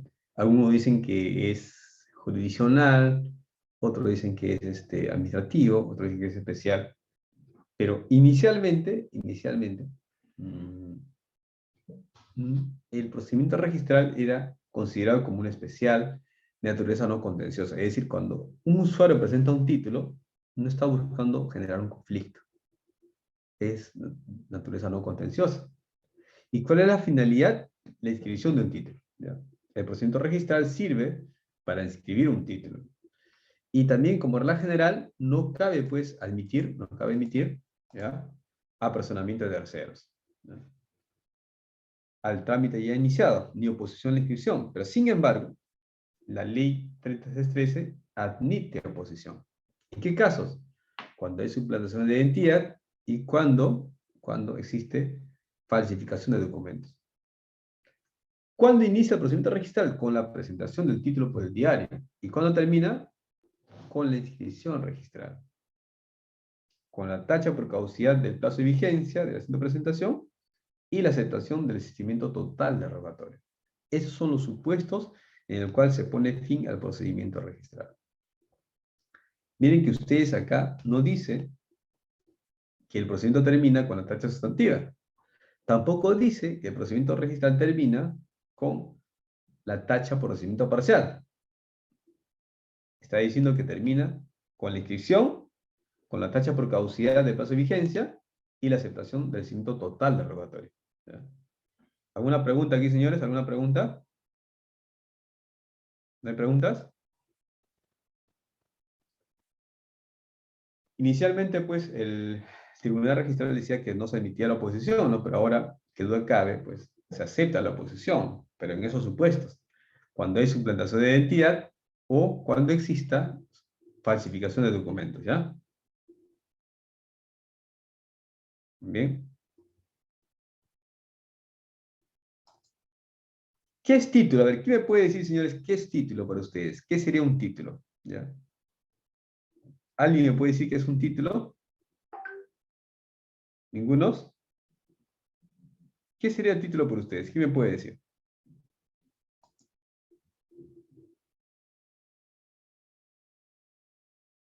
¿Qué es título, señores?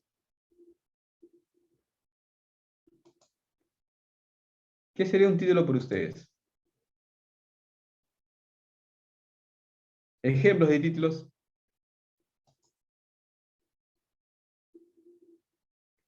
¿Título será un mandato judicial o no? ¿O no será un título? ¿Título será un parte notarial? ¿O no será un título? ¿Qué será un título para ustedes?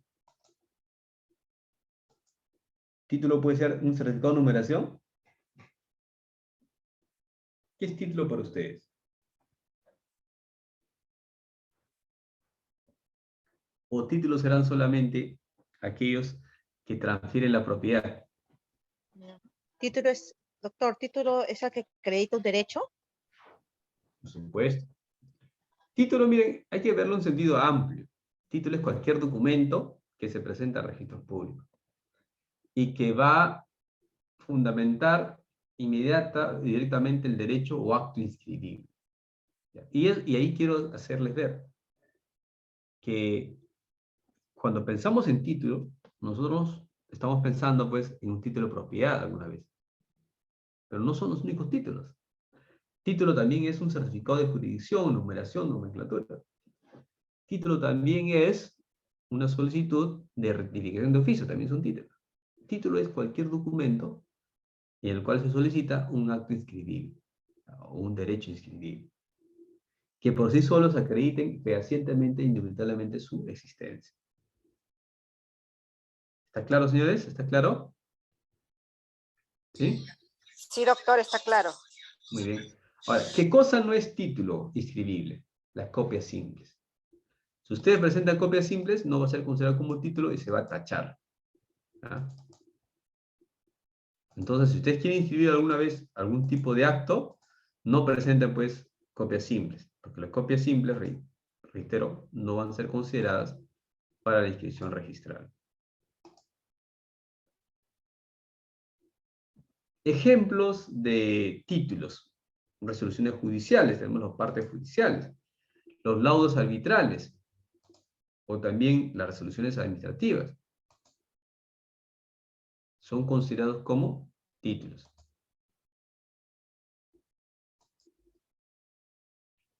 Muy bien. Tenemos también las escrituras públicas, pero lo que se presenta a registros públicos es el parte notarial. Un poco de derecho notarial, miren, señores. La escritura pública se queda pues con el notario, ¿no? Lo que ustedes llevan a registro es un traslado nada más, ¿ya? Ese traslado pues es un parte notarial. Ahora, ¿es el único traslado? No. Puede haber también traslado en el sentido pues de testimonios, boletas y también partes notariales.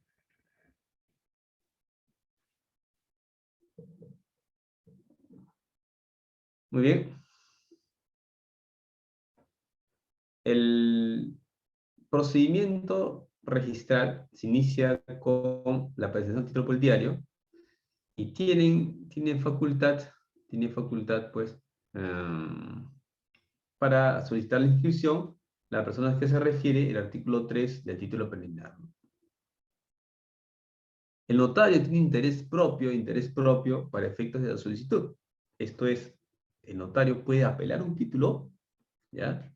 Puede presentar un título y también puede pedir pues, cualquier acto de trámite.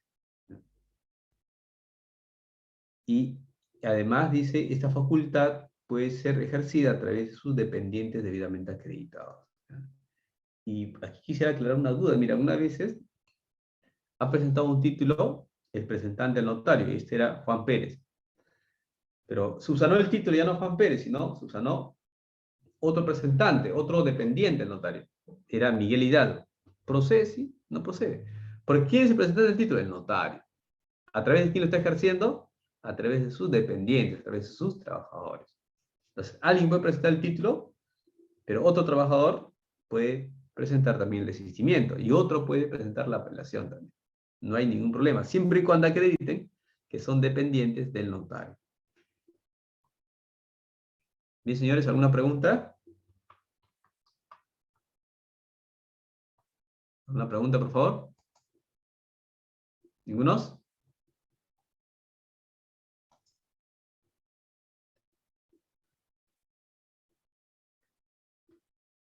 Bien, vamos a ver ahora el desistimiento de rogatoria, que ya habíamos estado conversando con ustedes con el principio de rogación. Hemos dicho que hay un desistimiento total y parcial, y la formalidad es pues que sea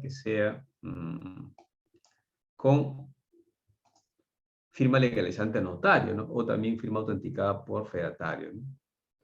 Y también hemos dicho, si es un proceso civil, también puede desistirse el titular de derecho, ¿no? Otro día importante es que el desistimiento puede ser total o parcial. La situación del desistimiento total debe constar en el diario, ¿no? El desistimiento es parcial cuando se limita a algunas de las instituciones solicitadas, ¿no? En este último procede únicamente cuando se refiere a actos separables, siempre que dicho desistimiento no afecte los elementos esenciales del otro u otros actos inscribibles. El desistimiento se tramita utilizando la misma vía que reingreso. Bien, acá vamos a ver formalidad de desistimiento. Hemos dicho nosotros que en caso notario no necesita legalizar su firma. Es un supuesto muy especial. ¿Cuál es la diferencia de reserva y desistimiento? Que la reserva se hace antes. El desistimiento es cuando el título ya se presentó. ¿El desistimiento parcial procede sobre los actos no separables? No, no procede. Y después el reglamento general ya ha sido modificado por ejemplo, la resolución 146/2020, ¿ya? En el cual dice pues que los pedidos de inscripción formulados por autoridades judiciales mediante oficio se dirigen pues ante el funcionario competente de la oficina registral. Son derivados por el funcionario para ingreso por el diario. Imaginemos que el juez no va a caja y no presenta un título, sino presenta con un oficio y lo dirige pues al coordinador de propiedad inmueble. Quiere ser el coordinador, debe derivarlo por el diario, ¿no? Para que se ingrese como título. Eso también lo puede hacer cuando son solicitudes o oficios de los funcionarios administrativos, ¿no? O también del Ministerio Público. Ahí lo que hay que hacer es encauzar. Encauzar ese documento para que se pueda presentar de forma correcta. Lo previsto en este párrafo se aplica cuando son pedidos de inscripción formulados por autoridades administrativas, siempre que se refieren pues, a actos exonerados o inafectos, o cuando se encuentre previsto el pago diferido de dichos derechos. Muy bien. Entonces, el encauzamiento es muy importante. ¿Qué significa encauzar? Significa que voy a derivar al órgano respectivo, ¿no? El documento ha sido presentado hacia mi persona. ¿Qué hago yo? Le mando al diario para que ingrese como título. Cuando lo pide el juez, un funcionario administrativo o el Ministerio Público. Muy bien. Lo mismo va a pasar con son mandatos judiciales, ¿ya? En el caso de las partes judiciales, señores, tenemos nosotros que se pueden presentar también digitalmente. Las medidas cautelares no pueden estar digitalmente, se pueden iniciar por el CIT también, SISUNAR. Y en estos casos, pues, se va a hacer mucho más rápido porque ya no hay que presentarlo físicamente. Digitalmente llega el expediente y se pueden calificar, ¿no? Entonces, el encauzamiento es necesario porque va a facilitar una inscripción registral, ¿ya? Con el tema de la formalidad de la solicitud de inscripción, esa solicitud actualmente no necesariamente es físico. También se puede presentar pues vía digital, ¿no? ¿Qué pasa cuando una persona va a registro y no sabe escribir o firmar? Entonces el servidor, el cajero, le ayuda a completar la solicitud y el usuario imprime su huella digital en formato de solicitud de inscripción, ¿no? ¿Y qué pasaría si fueran solicitudes de inscripción efectuadas por entidades encargadas de programas de titulación? Imagínense COFOP. En este caso no se requiere pues la presentación de formatos. Ellos pueden ser con el respectivo oficio, ¿no? Había antes un requisito que se pedía, que era que el funcionario que recibe los títulos tenía que revisar que alguien haya votado, ¿no? Que tenga su dispensa respectiva, ¿no? Actualmente ya no es necesario. Actualmente ese tema está eliminado. Si ustedes no han votado en las elecciones, no va a afectar para nada la presentación de los títulos, ¿no?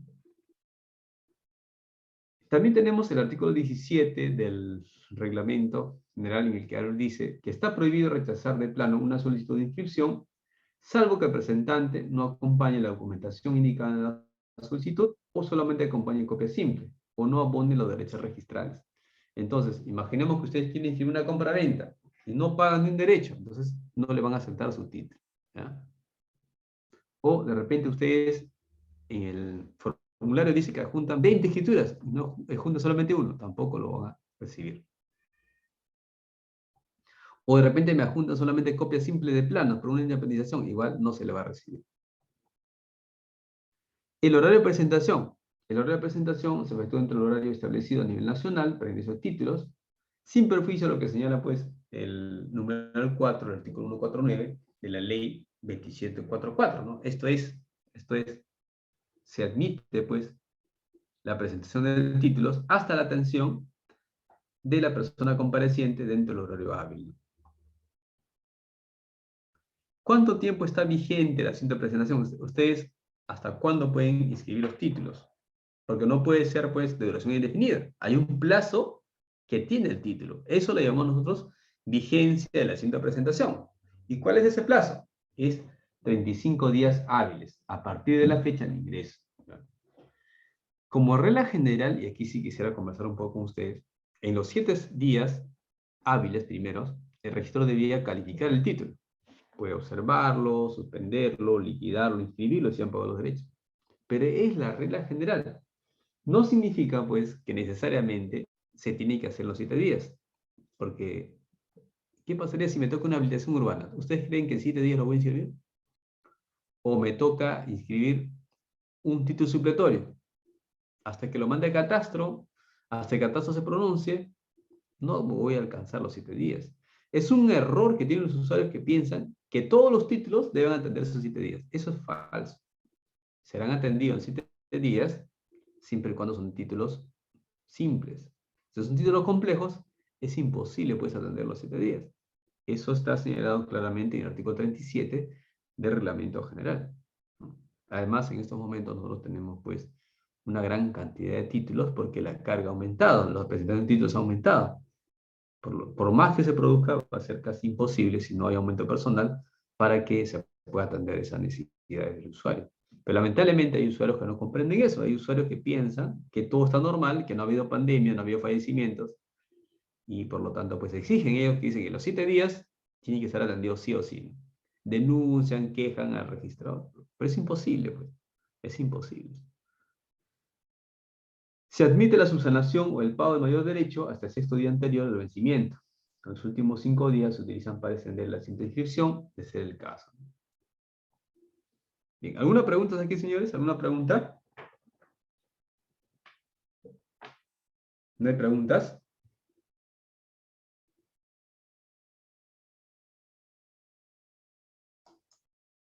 Bien, si no hay preguntas, continuamos. Continuamos, señores. Miren, el tema de títulos incompatibles es muy interesante, ¿no? Aquí lo que va a importar es determinar cuándo un título es incompatible con otro, ¿no? Y no es una tarea fácil, es una tarea complicada. Digo que es complicada porque a veces no es sencillo determinar cuándo un título es compatible e incompatible, ¿no? Como regla general, ¿cuándo sería incompatible un título? Cuando la inscripción del título anterior impide la inscripción de mi título. Ahí decimos que es un título incompatible. Ejemplos. Imaginemos que tengo acá, por favor. Imaginemos que tengo una compra-venta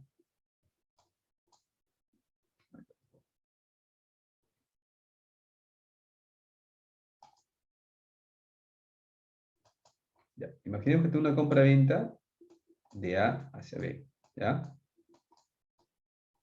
Esto es el título 1 que ha sido presentado, digamos, el 9 de septiembre, ¿no? El día de hoy se ha presentado la compra-venta de A hacia C. Hoy estamos 10. Es el mismo inmueble. Pregunta, el registrador de hoy día, del día 10, ¿puede inscribir la compra-venta de A hacia C? ¿Puede hacerlo o no puede hacerlo?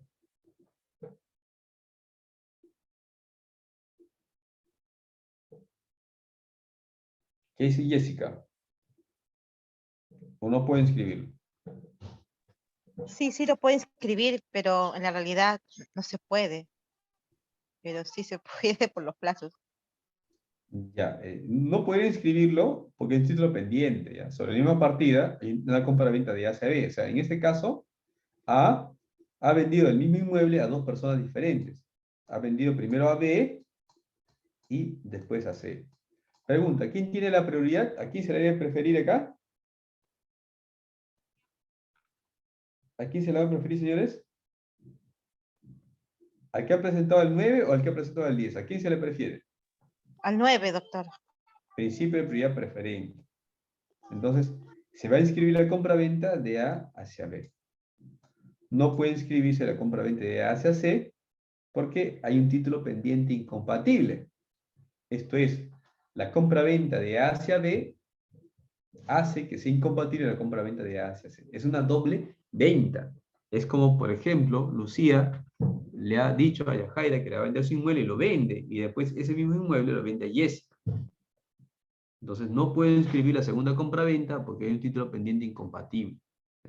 ¿Está claro el ejemplo, señores? ¿Está claro? Sí, sí, doctor. Muy bien. Un título es incompatible con otro ya presentado cuando la eventual inscripción del primero excluya la del presentado en segundo lugar.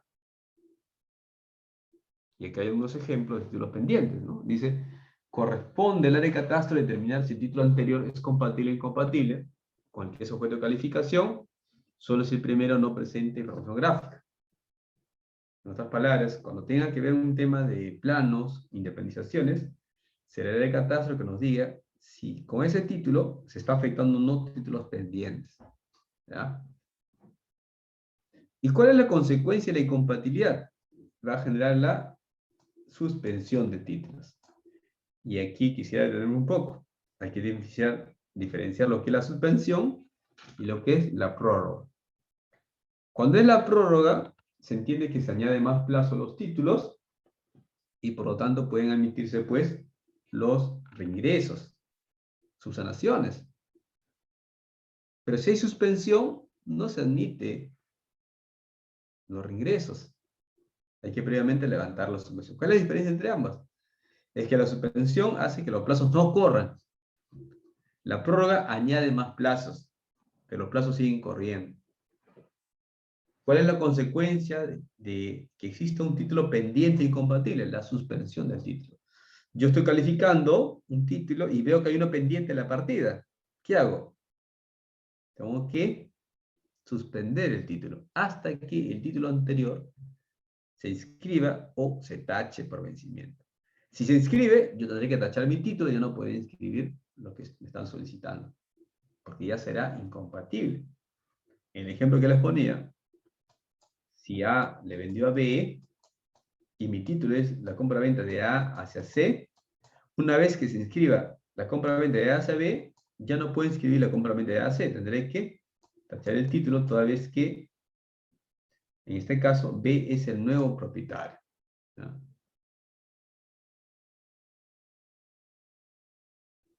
Y acá está, pues, el artículo 29, nos dice casos de suspensión de vigencia de la siguiente presentación. ¿Cuándo se suspenden los títulos, la vigencia de la siguiente presentación? Uno, cuando no se puede inscribir o anotar preventivamente un título incompatible, y cuya siguiente presentación se encuentra vigente. Bien, señores, ¿alguna pregunta, por favor? ¿Alguna pregunta aquí? ¿No hay preguntas?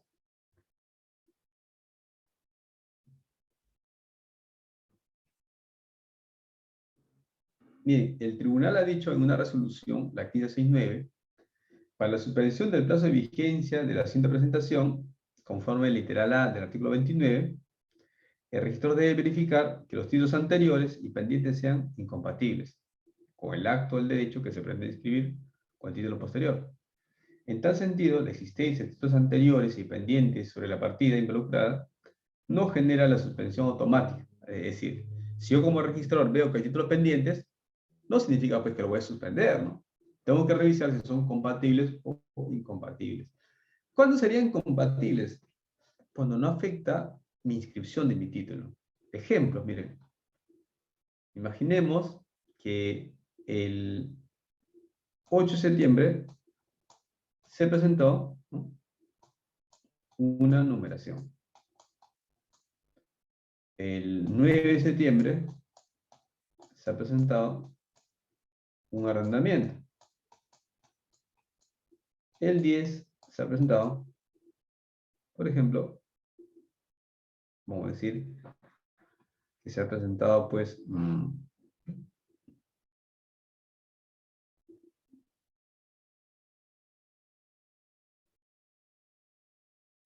una compra-venta. Entonces, no habría ningún problema porque es una numeración, un arrendamiento y una compra-venta. En principio, el registrador del 9 puede inscribir su arrendamiento, por la numeración no lo va a afectar. Ahora, con el tema de la compra-venta, acá, bueno, habría que evaluar, ¿no? Habría que evaluar si pudiera inscribirlo, ¿no? Porque al final, el arrendamiento, si se inscribe, no va a impedir, pues, la compra-venta, ¿no? Ahí no habría mucho problema. Porque el arrendamiento está inscribiendo primero, ¿no? Imaginemos que el arrendamiento es de A. Imaginemos que el arrendamiento es de A hacia B. La compra-venta es de B, ¿no? Bueno, la compra-venta sería pues de A hacia C, por ejemplo. No habría mucho inconveniente para que se escriban los tres actos, en principio, ¿no? En principio. Tal vez solamente es que esta compra-venta, en el cual C va a ser el nuevo propietario, ya va a aparecer pues con una carga, ese es arrendamiento, ¿no? Tal vez sería el único incompatible, el único tema a dilucidar, pero en principio no impide, ¿no? No impide esa inscripción. ¿Alguna pregunta aquí, señores? ¿Alguna pregunta? ¿No hay preguntas?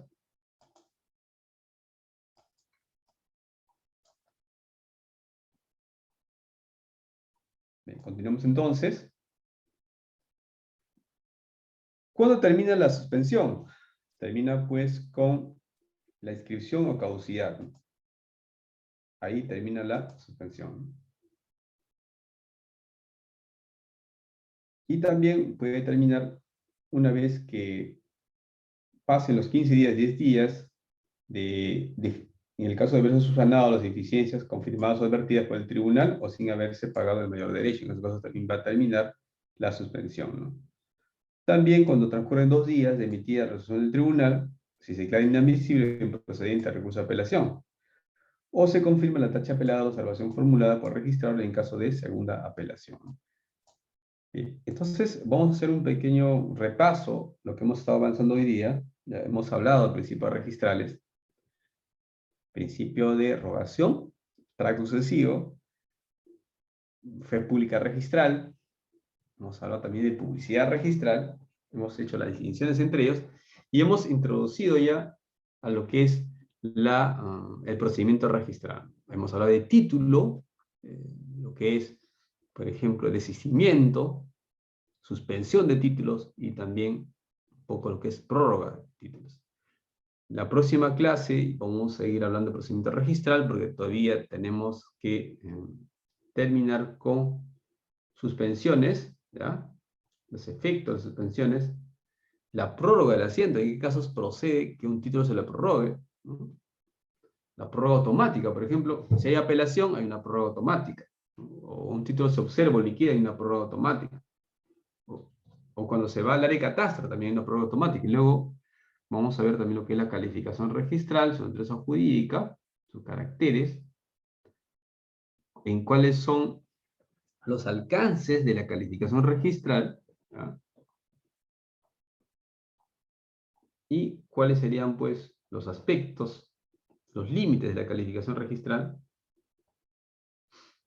Y luego ya vamos a terminar con observaciones y con inscripción de los títulos, ¿no? Con eso estaríamos terminando nosotros lo que es la segunda parte del curso. Entonces, bien, señores, yo les agradezco mucho el día de hoy, ¿no? Hasta aquí nos vamos a quedar el día de hoy. Les agradezco. Ya será pues la próxima clase. Muchas gracias a todos. Nos estamos viendo, por favor, en la próxima clase, ¿ya? Hasta luego, señores. Gracias, doctor. Gracias, hasta luego, Tito. Gracias, doctor. Hasta luego. Nos vemos. Hasta luego, doctor. Hasta luego. Hasta luego.